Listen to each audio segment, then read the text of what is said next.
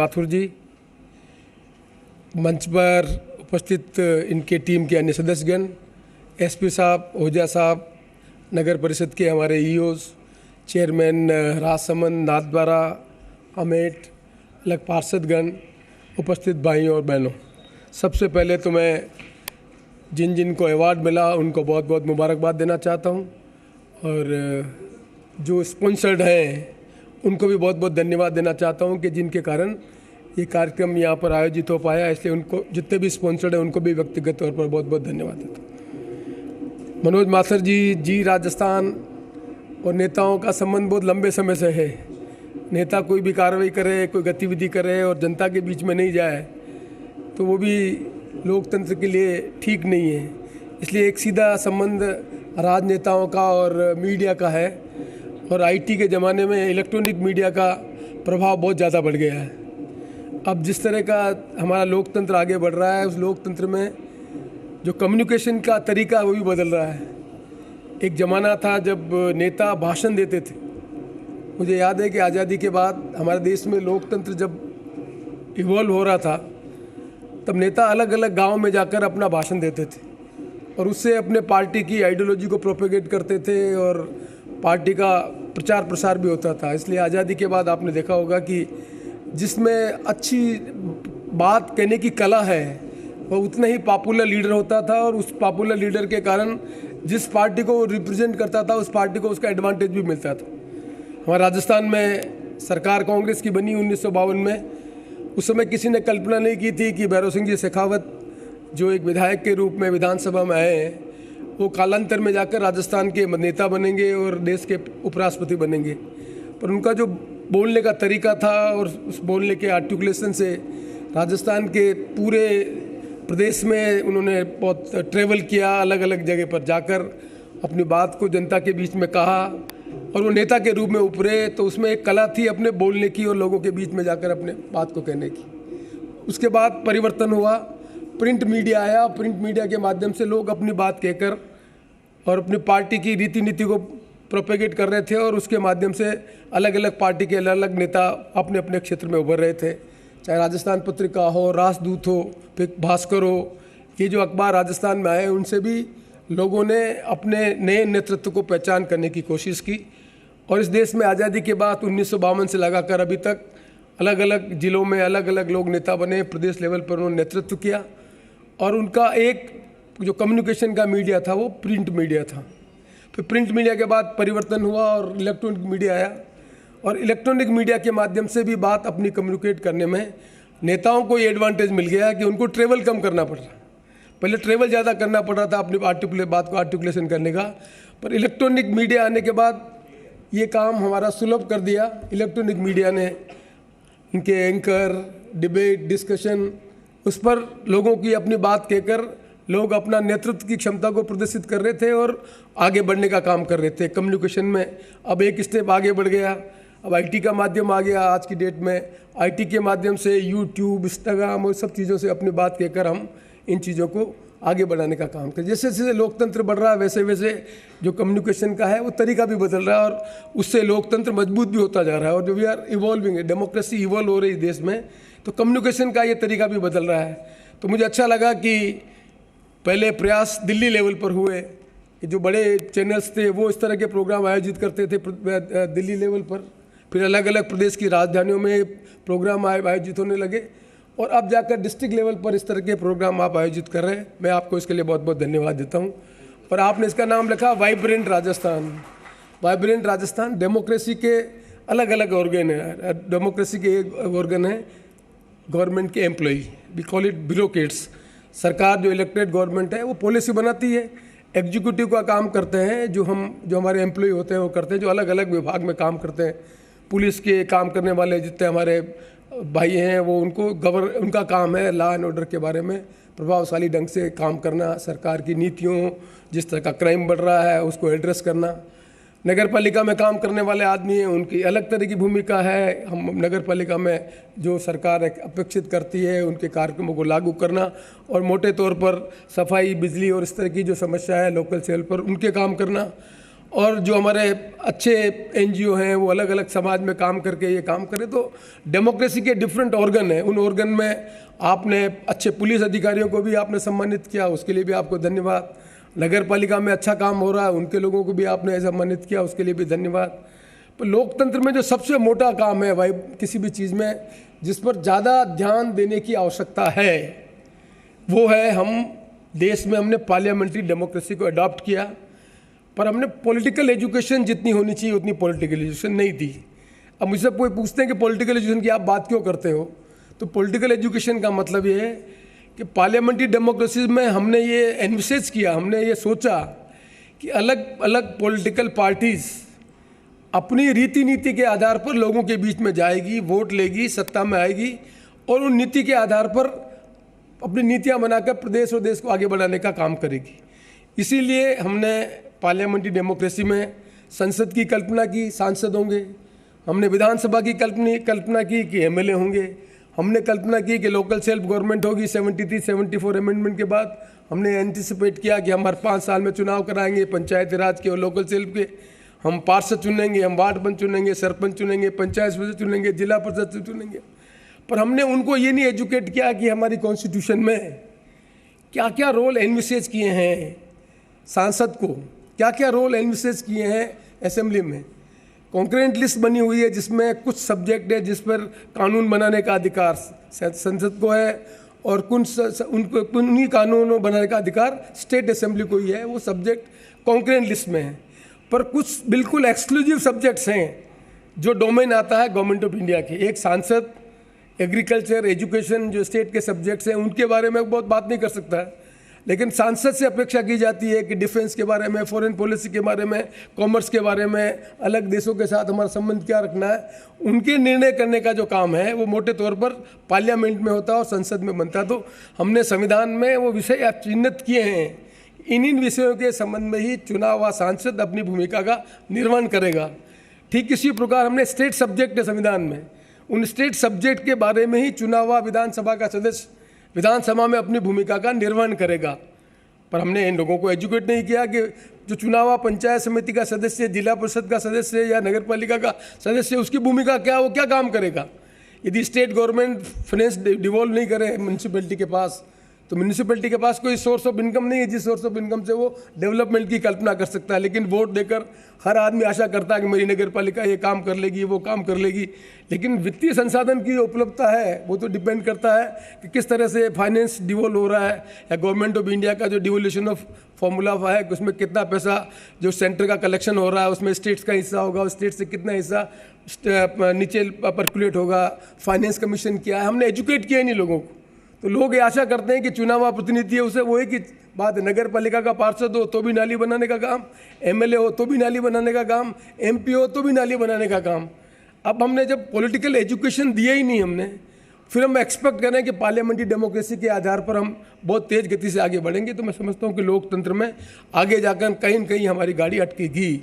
और इसीलिए मैं कहता हूँ कि जब हम लोगों को कहते हैं कि पार्लियामेंट्री डेमोक्रेसी के 3 अंग हैं, विधायिका, कार्यपालिका और न्यायपालिका, मोटे तौर पर चौथा स्तंभ हम पत्रकारों को कहते हैं, लेकिन कॉन्स्टिट्यूशन में 3 चीज़ों को इन्विसेज किया है और तीनों के रोल डिफाइन है कि कानून बनाने का काम विधायिका करेगी, पॉलिसी बनाने का काम एग्जीक्यूटिव करेगी, और जो कानून बना रहे हैं उनका इंटरप्रिटेशन करने का काम न्यायपालिका करेगी। बहुत वेल डिफाइन है। पर over a period of time हर एक ने अपने अपने डोमेन से जाकर उस चीज़ों को आगे एनकरेज करने की कोशिश की। जैसे अभी आप अखबार में पढ़ रहे हैं, हमने कानून बनाने का अधिकार पार्लियामेंट में दिया है और पार्लियामेंट ने कानून बनाया है कि इस जजों की नियुक्ति कैसे होगी। हमने पार्लियामेंट में कानून पास किया, यूनानिमस कानून पास किया, पर सुप्रीम कोर्ट ने कहा नहीं, ये जो आपने कानून बनाया उस कानून से जुडिशरी में उनका अपॉइंटमेंट नहीं होगा, उनका अपॉइंटमेंट कॉलेजियम के हिसाब से होगा। क्योंकि सुप्रीम कोर्ट के 1, 2, 3 जजमेंट इस तरह के आगे, उन जजमेंट के बाद कहा कि ये जो हम लॉ ऑफ द लैंड है, सुप्रीम कोर्ट ने प्रोनाउंस कर दिया, इसलिए जुडिशरी का जो जजों का अपॉइंटमेंट है वो कॉलेजियम के माध्यम से होगा। पर हम कहते हैं नहीं, कानून बनाने का अधिकार पार्लियामेंट को है और पार्लियामेंट ने यूनानिमस कानून बनाया है कि हम अपॉइंटमेंट कैसे करेंगे। लेकिन हम आज की डेट में प्रैक्टिस रूप में जो कॉलेजियम है, जो कानूनन नहीं बना हुआ है, जो सुप्रीम कोर्ट के जजमेंट के आधार पर निर्भर है, उसके आधार पर जुडिशरी के अपॉइंटमेंट हो रहे हैं। ये ओवर रीच किसी एक्सटेंट तक जो जुडिशरी का डोमिनेंट है उस पर डिस्कशन चल रहा है। हमारे उपराष्ट्रपति जी इलेक्ट हुए, इलेक्ट होने के बाद उन्होंने कहा कि नहीं, सुप्रीम हमारे जो कानून बनाने का अधिकार है वो सुप्रीम है, उन्हीं को डिटरमाइन करना है, वो चीज़ लागू होगी। हमने फैसला, हिंदुस्तान में कॉन्स्टिट्यूशन बेंच ने फैसला किया, केशवानंद भारती के केस में उन्होंने कहा कि नहीं, जो बेसिक स्ट्रक्चर है उस बेसिक स्ट्रक्चर के बाहर जाकर पार्लियामेंट कानून नहीं बना सकती। सुप्रीम कोर्ट ने फैसला दे दिया केशवानंद भारती के केस में कि जो बेसिक स्ट्रक्चर है, जिस बेसिक स्ट्रक्चर में हम कॉन्स्टिट्यूशन के प्रीएम्बल में कहते हैं we the people of India, हम जो हिंदुस्तान के लोग हैं वो एक ऐसे भारत की कल्पना कर रहे हैं जिसमेमें समाजवाद होगा, लोकतंत्र होगा, सब चीज़ें जो हमारे प्रीएम्बल में लिखी हुई हमने, उस प्रीएम्बल को सुप्रीम कोर्ट के कॉन्स्टिट्यूशनल बेंच ने 7 और 6 के फैसले में कह दिया कि हम बेसिक स्ट्रक्चर को चेंज नहीं करेंगे, कोई भी पार्लियामेंट को ये अधिकार नहीं है। अब ये क्यों कहा, इसको भी समझ की आवश्यकता है। और उपराष्ट्रपति ने कहा नहीं, ये केशवानंद भारती का जो फैसला हो गया वो फैसला हमारा जो जुडिशरी के अलावा कानून बनाने का जो अधिकार है उस अधिकार के विपरीत है, इस पर रिव्यू किया जाना चाहिए। अब आप ये समझने की आवश्यकता है कि क्यों कहा, क्यों नहीं कहा, इसकी मेरिट और डिमेरिट दोनों समझने की आवश्यकता है। यदि हम ये मान लें कि सुप्रीम कोर्ट का जो फैसला, केशवानंद का भारती का फैसला, वो ठीक नहीं है और कानून बनाने का अधिकार पार्लियामेंट को ही है, तो पार्लियामेंट में तो संविधान में संशोधन करने का अधिकार है, संशोधन, बेसिक संशोधन कर सकते हैं। और बेसिक संशोधन करके बहुमत से पास कर दे कि हम तो राष्ट्रपति शासन लागू करेंगे, तो फिर कानून बन गया, फिर आप बेसिक सिर्फ कैसे नहीं कर सकते हो। और यदि हम कानून बनाने का काम ये नहीं करते हो, जुडिशरी को कहते हैं और जुडिशरी को फैसले को मानते हैं, तो निश्चित तौर पर वी द पीपल में जो हमने एनविसेज किया गया है कि हम पार्लियामेंट्री डेमोक्रेसी के जो बेसिक स्ट्रक्चर है उसको टेम्पर नहीं होने देंगे, तो फिर कानून वैसे ही बनेंगे जो कानून हमारी जो पार्लियामेंट्री डेमोक्रेसी उसको टेम्पर नहीं करेगा। We will not able to adopt the राष्ट्रपति शासन, जो हमने जो प्रणाली अडॉप्ट की है पार्लियामेंट डेमोक्रेसी, वो बेसिक चीज़ है, वो बेसिक चीज़ रहेगी। ये हमारा एक जुडिशरी का प्रॉब्लम चल रहा है।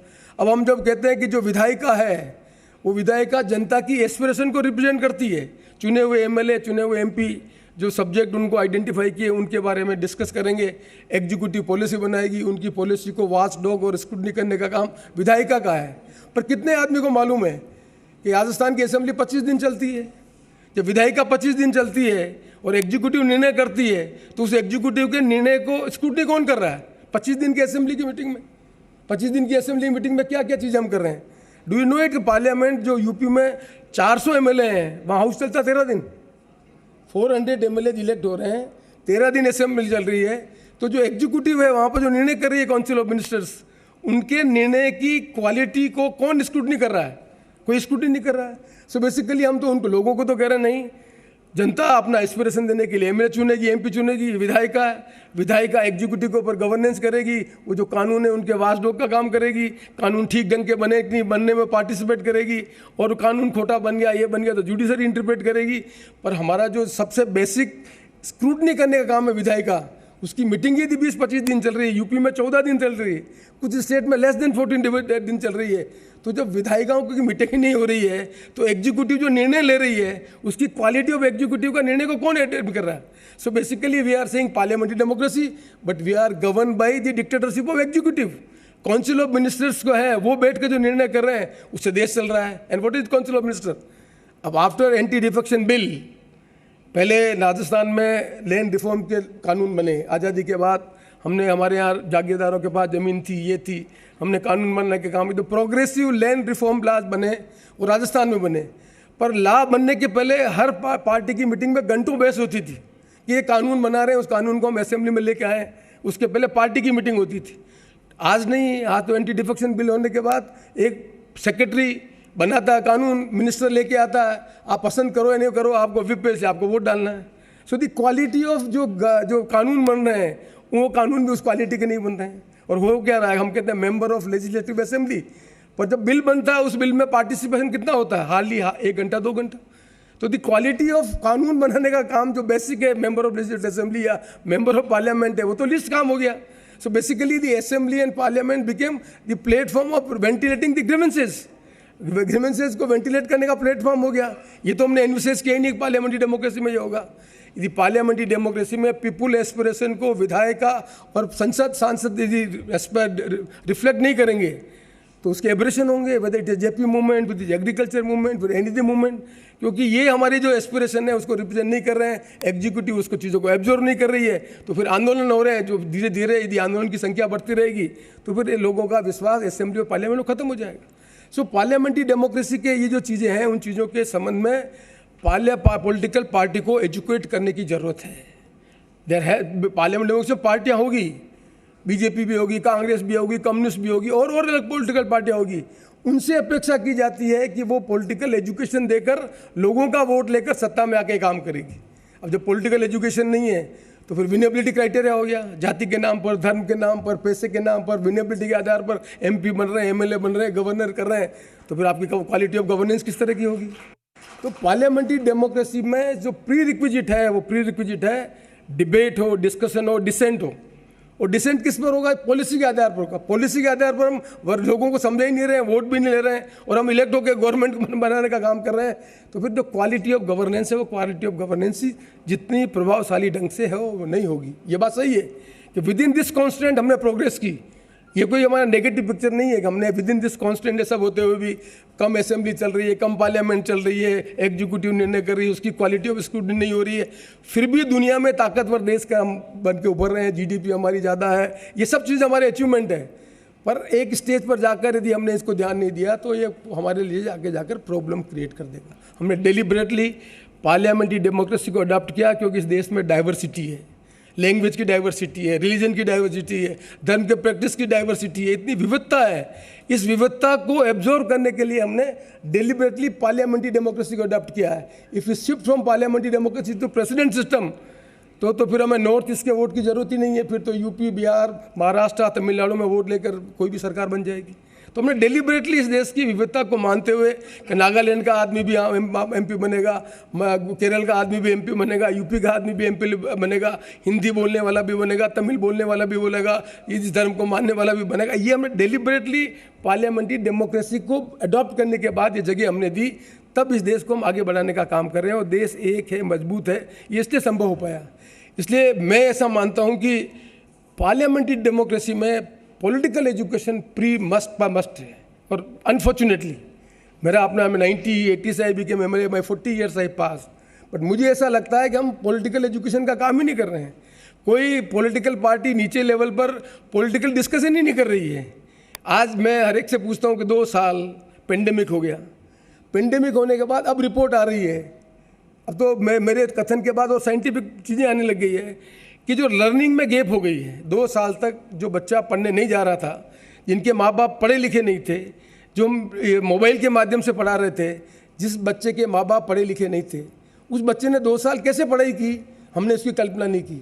जिसके माँ बाप पढ़े लिखे थे उसने कैसे पढ़ाई की। अब एक क्लासरूम में 2 तरह के बच्चे बैठ रहे हैं। एक बच्चा वो जिसके बाद माँ बाप पढ़े लिखे नहीं थे, 2 साल तक उसने पढ़ाई कैसे की, न माँ से पूछ पा रहा, न बाप से पूछ पा रहा, न माँ बाप ने मोबाइल के माध्यम से टीचर से उससे कोई इंस्ट्रक्शन लिया, वो बच्चा भी 2 क्लास में उसमें आ गया। और इनके जो माँ बाप पढ़े लिखे उनके बच्चे भी इसमें आ गए। अब 2 साल बाद जब एग्जाम होगा तो probability of failure of that boy will be much higher जिसके माँ बाप पढ़े लिखे नहीं थे। तो जब आज वो बच्चा 8वीं से 10वीं में आ गया, 10वीं में फेल हो गया, पहली बार फेल हो गया, दूसरी बार फेल हो गया, तीसरी बार फेल हो गया, तो ये जो लड़का है जिसके माँ बाप पढ़े लिखे नहीं थे, वो आगे जाकर इस ज़िंदगी में क्या काम करेगा। एजुकेशन में हम ई गवर्नेंस ला रहे हैं, हम ई गवर्नेंस के माध्यम से लोगों को कह रहे हैं आप हम ये शिफ्ट कर रहे हैं गवर्नेंस का, और वो पूरी की पूरी पॉपुलेशन इलिटरेट होकर आ जाएगी। तो किसी पॉलिटिकल पार्टी ने डिस्कस ही नहीं किया कि असेंबली और पार्लियामेंट में बीजेपी हो, कांग्रेस हो, कभी इस गैप को कैसा पूरा करेंगे। क्या एसटीसी बीएड के कोर्स में परिवर्तन करने की जरूरत है या नहीं। ये इस क्वालिटी गैप को हम पूरा नहीं करेंगे तो आज जो लर्निंग स्किल है, आप अब नई रिपोर्ट आ गई है, बच्चे ड्रॉप आउट हो गए, हिंदी की उसमें प्रॉब्लम आ रही है, गणित की उसकी प्रॉब्लम आ रही है, उसका गैप इतना ज़्यादा बढ़ता जा रहा है। And this is not debate of any political party. हम कैसी डेमोक्रेसी पे वो वोट देकर सरकार बनाना चाहते हैं जो बेसिक इश्यूज़ को एड्रेस करने के लिए किसी पॉलिटिकल पार्टी के पास कोई अल्टरनेटिव नहीं है। मैं समझता हूँ कि पॉलिटिकल पार्टीज जब इस तरह की चीज़ों के ऊपर नहीं चर्चा करती है तो वो देश के लिए अच्छा शगुन नहीं है। इसीलिए ये ज़्यादा ज़रूरी है पार्लियामेंट्री डेमोक्रेसी में पॉलिटिकल विचारधारा के आधार पर अल्टरनेट गवर्नेंस पॉलिसी का। मैं किसी पार्टी की आइडियोलॉजी में प्रिस्क्राइब कर रहा हूं तो मुझे ये मालूम होना चाहिए कि इस पार्टी की पॉलिसी एजुकेशन के बारे में ये है, एग्रीकल्चर के बारे में ये है, एग्रीकल्चर के बारे में राजस्थान में इकोनॉमी उठा के देख लें, राजस्थान की economy was based on animal husbandry. पूरे राजस्थान में पानी कम होता था, पानी आज भी कम है। यहाँ पर पशु मेले लगते थे, पशु मेलों के लिए जो बुल होते थे उनको मेलों में लोग खरीद के जाते थे। हमने कहा नहीं, आप खरीद के नहीं ले जा सकते थे। उस किसान की सप्लीमेंट्री इनकम होती थी, वो बंद हो गई। हम जो एमएसपी ले रहे हैं वो एमएसपी जो प्रोड्यूस जिसमें पानी ज़्यादा लगता है उसकी एमएसपी ले रहे हैं हम, पर जो पानी कम से पैदा हो रहा है बाजरा की कोई एमएसपी नहीं है। या और जो चीज़ें पैदा हो रही है जो कम पानी में पैदा हो रही है उसकी कोई एमएसपी नहीं है। एमएसपी उन्हीं की है जहाँ ज़्यादा पानी का लिए होता है। हमने कभी सोचा ही नहीं कि भाई क्या होगा। आज भी जो लेटेस्ट इन्फॉर्मेशन है, पर हेक्टर यील्ड अभी भी अनटैप्ड है नॉर्थ ईस्ट में, और हमने पूरी की पूरी यील्ड एग्जॉस्ट कर ली। कहाँ पर? मध्य प्रदेश, राजस्थान, पंजाब में। पंजाब में तो पानी नीचे नीचे चला गया, पानी नीचे चल गया तो प्रॉब्लम क्रिएट हो गई, और अब पूरा का पूरा शिफ्ट हो गया मध्य प्रदेश के अंदर। और हमने सारा स्टोरेज करने का काम कर रखा पंजाब में। वहाँ सारा गाँव वहाँ से इकट्ठा होगा, वहाँ से ट्रांसपोर्ट होकर जाएगा, और उस चीज़ की व्यवस्था होगी। हमने सोचा ही भी नहीं कि ये शिफ्ट होगा तो हम कैसा काम करेंगे। तो हम जो देश की स्थितियाँ बन रही है उसमें बेसिक चीज़ों को एड्रेस करने के लिए केवल मात्र विनेबिलिटी के आधार पर डेमोक्रेसी को जिताकर हम सत्ता में लाएंगे तो वो देश के लिए, लोकतंत्र के लिए मैं समझता हूँ कि बहुत सुखद पिक्चर नहीं पेंट करता है। इसलिए मैं आशा करता हूँ कि ये जो छोटे लेवल पर जहाँ जहाँ भी डिस्कशन होते हैं वहाँ ये निश्चित तौर पर निर्णय किया जाना चाहिए, चर्चा होनी चाहिए कि पार्लियामेंट्री डेमोक्रेसी जो देश के लिए ज़रूरी है, और देश में हम इवॉल्व कर रहे हैं डेमोक्रेसी को। मैं नहीं कहता कि हमने प्रोग्रेस नहीं किया। आई एम नॉट, मैं कोई नकारात्मक सोच का विचार का आदमी नहीं हूँ, मैं पॉजिटिव सोच का विचारधारा का आदमी हूँ। लेकिन पॉजिटिव सोच में ये जो लेकुना है, ये कमी है, ये यंग जनरेशन को एड्रेस करनी पड़ेगी। And how many people are aware about this. इस देश में आज की 2022 में average age of Indian is 28 years. 28 साल इस देश में एवरेज एज है आज की डेट में। अब इस देश में 28 साल के एस्पिरेशन करने वाले लोगों की क्या समस्या है? We are not addressing, no political parties addressing it. अब हम कैसे 28 साल के बच्चे ड्रॉप आउट हो रहे हैं। जो बच्चे, अभी एक फिगर बड़ा इंटरेस्टिंग मैं हर एक कोट करता हूँ, 16 लाख बच्चों ने बीएड का एग्जाम, रीट का एग्जाम दिया। पोस्ट से कितनी? 65,000। 65,000 पोस्ट के लिए 16 लाख बच्चों ने एग्जाम दिया। तो मतलब 65,000 को मान लो भर्ती मान भी लें तो 15 लाख क्या करेंगे? 15 लाख आदमी के लिए संबंध में क्या नौकरी देंगे? क्या क्या कोई भी सरकार आप अपनी व्यवस्था कर सकती है? अब हमने कहा हम ओपीएस देंगे, तो from where will get revenues? क्या हमने कभी कल्पना की है कि आज कोई आदमी की लॉन्गेविटी 75 साल हो गई है? एक ज़माना था हिंदुस्तान में एवरेज एज 35 साल ये थी, आज लॉन्गेविटी 75 साल हो गई है। 75 साल का मतलब 60 साल में कोई आदमी रिटायर होता है। तो नेक्स्ट 15 ईयर्स वो क्या सब सोसाइटी में कर रहा है? समझाओ मेरे को। सोसाइटी में उसको हमें पेंशन देनी, लाइफ लॉन्ग तक पेंशन देंगे हम, लाइफ लॉन्ग तक पेंशन देंगे हम, तो नया जो जनरेशन आ रही है उनकी जॉब अपॉर्चुनिटी कैसे क्रिएट करेंगे? तो ये जो चीज़ें हैं, जिन चीज़ों के संबंध में चर्चा करना पार्लियामेंट्री डेमोक्रेसी में बहुत ज़रूरी है। न तो हम लोगों को स्वे करके वोट लेकर इमोशन के आधार पर सत्ता में आ जाएंगे, but will not able to address what are the issues। ये चीज़ें आज देश में जिस डायरेक्शन में हम जा रहे हैं वो फॉल आउट है पार्लियामेंट्री डेमोक्रेसी की इन कमियों के। हमारे सब अचीवमेंट होने के बाद ये चीज़ें जिन पर भी ध्यान देना जरूरी है, नहीं ध्यान देंगे तो हम कहीं ट्रैप में नहीं फंस जाएँ, वो खास तौर से चिंता का विषय है। इसलिए मैं समझता हूँ कि जो कम्युनिकेशन के जो स्किल हैं उनमें कुछ चीज़ें बदली है, और अब चैलेंजेस भी बढ़ते जा रहे हैं। जो पहले कहते हैं कि किताब का एक ऑथर होता था, उस ऑथर के बारे में होता कि किस लेखक ने लिखा, रिसर्च करके लिखा। अब जो चीज़ें आ रही है इंस्टेंट मोबाइल पर, कोई ऑथर नहीं है, उसका कोई ऑथर नहीं है। सत्य है कि नहीं है उसको वेरीफाई करना कि नहीं करना, उससे आदमी स्वे हो रहा है। स्वे होकर उस बातों पर एक के बाद एक जो घटनाएं हो रही है उसने कोई ऑथेंटिकेट ही नहीं कर रहा है कि जो सूचना दे रहा है वो सही सूचना है कि गलत सूचना, एक दूसरे को पास कर रहा है, दूसरे तीसरे को पास कर रहा है, और उसका कोई बेस नहीं है, और उसके कारण सोशल टेंशन बढ़ रहा है। तो उसके आगे जाके कैसे करेंगे? अब आज की डेट में साइबर क्राइम हो गए। साइबर क्राइम में आप यू कांट चेक, आपके ये जो सर्वर यहाँ है ही नहीं, यदि सर्वर इस देश में ही नहीं है, वो सर्वर से जो बाहर कंट्री से बैठ कर वो कर रहा है, तो फिर आप इसको कैसे रोकोगे? आप क्राइम करने के बारे में आदमी आपने सीआरपी से लगा दी, हिंदुस्तान में आप करोगे, अभी तक तो आप गुंडा एक पे बाहर निकाल दें, ये कर दें, कहीं भी निकाल दो, सजा कर दो, दुनिया के बाहर चला के रह गया, तो वो आदमी अपना गाइड करा, आप रोक पा रहे हो क्या उसको? वो मोबाइल से सबको गाइडेंस दे रहा है। जेल में आप सब चूज कर रहे हैं, वहाँ से बैठ के गाइड कर रहा है, आप उनको रोक पा रहे हैं क्या? सीआरपीसी आईपीएस में जो हमारे क्राइम के जो तरीके थे अब नए तरह के क्राइम हो गए। तो ये नए नए चैलेंजेस आ रहे हैं, उनको मीट आउट करने के लिए पॉलिटिकल पार्टी को पॉलिटिकली एजुकेट करना जरूरी है। और जब पॉलिटिकली एजुकेट करके हम सिटीजन को कॉन्शियस रूप में वोट लेंगे, तब जो सत्ता में आएगा उसका ऑनेस्ट समाज के प्रति ज़्यादा होगा और वो ज़्यादा अच्छे ढंग से काम कर सकेगा। ये बात निश्चित तौर पर चर्चा में आनी चाहिए। इसलिए मैं समझता हूँ कि जो ये प्रयास है, वो प्रयास यदि ये प्रयास नहीं करते तो मैं अपनी बात यहाँ नहीं कह पाता। तो इनको धन्यवाद कि उन्होंने ये कहा तो मैं अपनी बात कह सका, और मुझे ये प्लेटफॉर्म नहीं मिलता तो मैं दूसरे प्लेटफॉर्म में कहता। लेकिन मैं समझता हूँ कि ये ज़्यादा ज़रूरी है कि कम्युनिकेशन की जितनी अवेलेबिलिटी बढ़ी है, एक्सेसिबिलिटी बढ़ी है, उससे ये चीज़ें और क्वालिटी इंप्रूव होनी चाहिए। क्योंकि आज कोई एक्सक्यूज़ नहीं है, कोई भी एक अच्छा आइडिया आप प्रोपेगेट कर सकते हो इलेक्ट्रॉनिक मीडिया के माध्यम से, आप आईटी के माध्यम से, मोबाइल से, इंस्टाग्राम से अपनी बात को कर सकते हो।